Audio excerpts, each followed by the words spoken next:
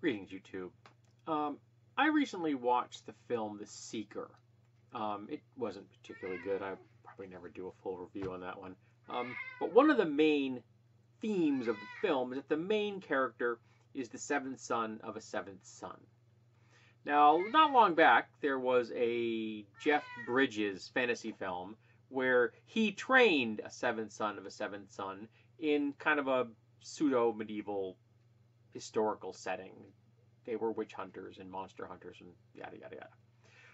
And being the seventh son of the seventh son meant that he was going to be particularly good at being one of these hunters, slayers of the evil things that walk the earth, kind of a vibe. And that was slightly better than the Seeker. And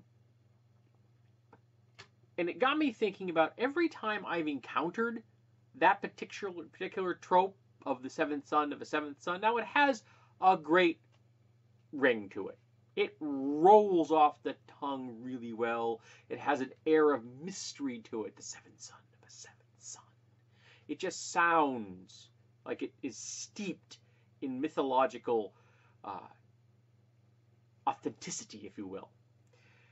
However, there are problems with it. The first off is that it automatically means your main character of the story is a dude. And let's face it, we've had enough dude stories. We've had enough dude stories to last the next 1,000 years. Let's get some non-dude stories. Let's get some women in there. Let's get some gender non-conforming folks as our main characters. Get some people that go by they. Wouldn't that be nice? And I've always wondered, why is there never a seventh daughter of a seventh daughter? Doesn't roll off the tongue quite so well, but we'll get used to it. We are a creative, dynamic lot. Have you ever heard of a seventh daughter of a seventh daughter story? I haven't done the research, so I haven't either. But off the top of my head, I can think of zero. So if you have heard of one, drop it down below in the comments. But in The Seeker, it takes place in the modern era, like the 21st century. They have cell phones, though they look charmingly primitive by today's standards. I think the flip phone was still the norm at that point in time, though I had a flip phone until quite recently. And the idea of a main character being the seventh son of a seventh son in the 21st century seems really strange. Now, part of this is that they said that 3 of the births were twins, all being boys. This is going to be spoiler laden, but one of the boys disappears. So the main character thinks he's a solo. He is not a solo. And he has a younger sister. So this woman had a lot of babies. Now, she is not portrayed as either being Catholic or a member of the Quiverful movement, both of which would kind of almost explain why there were so many children. But even amongst modern Catholics, how many modern Catholic families do you know of that have 8 kids in them? Or 9 in the case of this family, if all the sets had been complete, and eventually they are. How many families have 9 children? I don't know anybody I don't even know how many families in Italy, one of the most Catholic places on earth, has 9 kids in the family. The only people I know that do that kind of thing are the quiverful evangelical varieties of Christianity, and this family does not come across as that. And in fact, I think they really come across more as Episcopalians or the Church of England kind of vibe. I think they attend the Church of England in the film, and the Church of England doesn't endorse families to have 9 children. They're smarter than that. Episcopalians are smarter than that as well. Most families are smarter than that. That's too many freaking kids. So having that in the modern era makes absolutely no sense. It throws you out of the film, because at first I'm thinking, is this a group home?